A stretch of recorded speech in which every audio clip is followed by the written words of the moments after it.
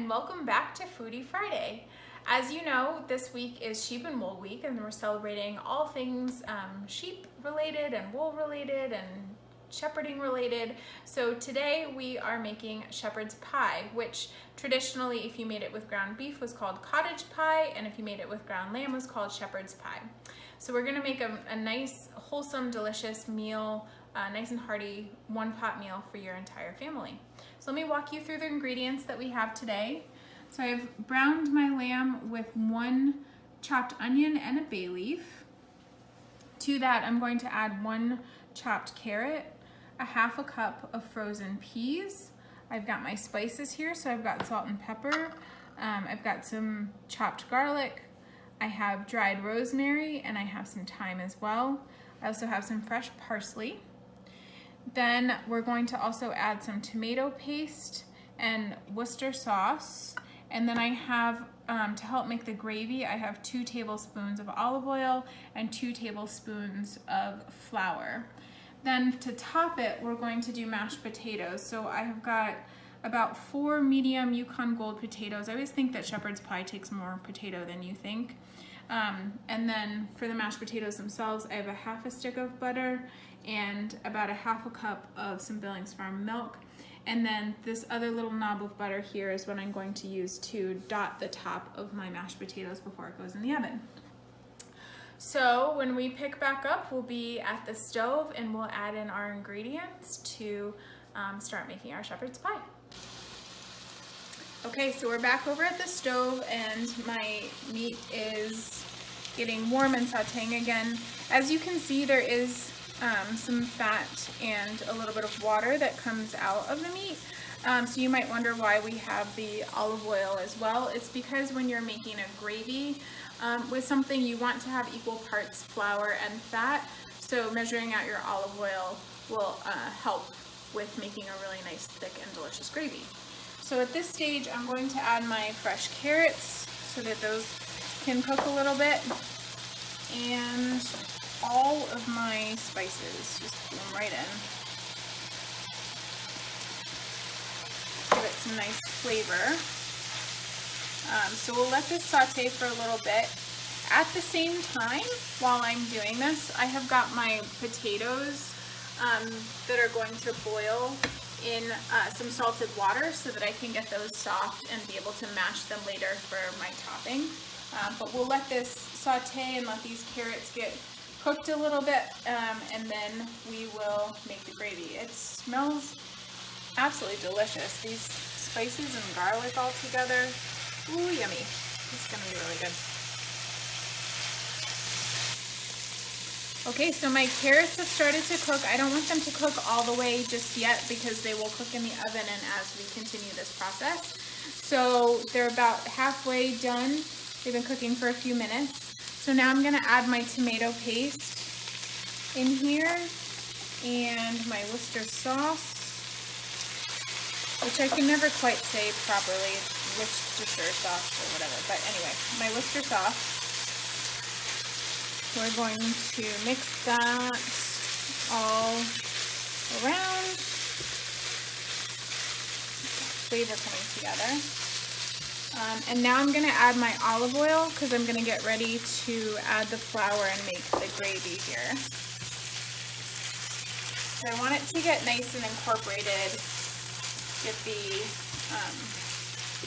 tomato paste everywhere.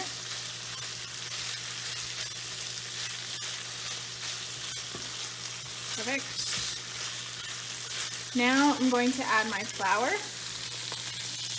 And this is gonna make sort of a gravy. And I want to saute the flour a little bit as well, because that will take the floury taste out of it and just thicken what we're doing here.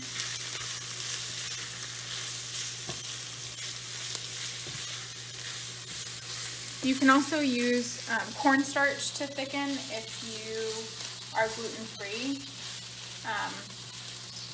But just double check the exact amounts of cornstarch, and you would dissolve the cornstarch in a little bit of water before adding it. I'm jumping out of the pan. So see how that's gotten nice and that's thickened up quite a bit? So now I'm going to add my broth so that it's going to be a bit loud here, but we're going to make it a little juicier. There we go. And as this cooks, the flour that's in the pan is going to thicken everything. So you can see that that's getting nice and thick. Got a lovely gravy going here. This all comes together really quickly once you start. So it's a really great meal to have, a really great one pot meal or one casserole dish meal, I guess, because you use a couple different pots to prepare the elements. But it all comes together really, really pretty quickly. So it's a great one to do any time of year, especially since the spring can still be a bit chilly up here in Vermont. So that has gotten, as you can see, nice and thick. So we've got this lovely thick gravy there, my bay leaf in there. So now I'm going to fold in my peas. Lovely color. The peas only take a few minutes to cook through. And then at the very end here, I'm adding in all of my fresh parsley for some lovely flavor and color. So I'm going to let this cook for just a couple of minutes, maybe like 1 to 2 minutes. And then when my potatoes are nice and soft, we'll show you how to mash those, and then we'll assemble everything and put it in the oven. Okay, so I have mashed my potatoes. All I did was I heated up the butter and the milk together, and then I took my soft potatoes in a bowl, used a hand masher to mash them around, then added the butter and warm milk, and then just used a rubber spatula to stir it around and get some of the lumps out, though I do like it a little bit lumpy on top.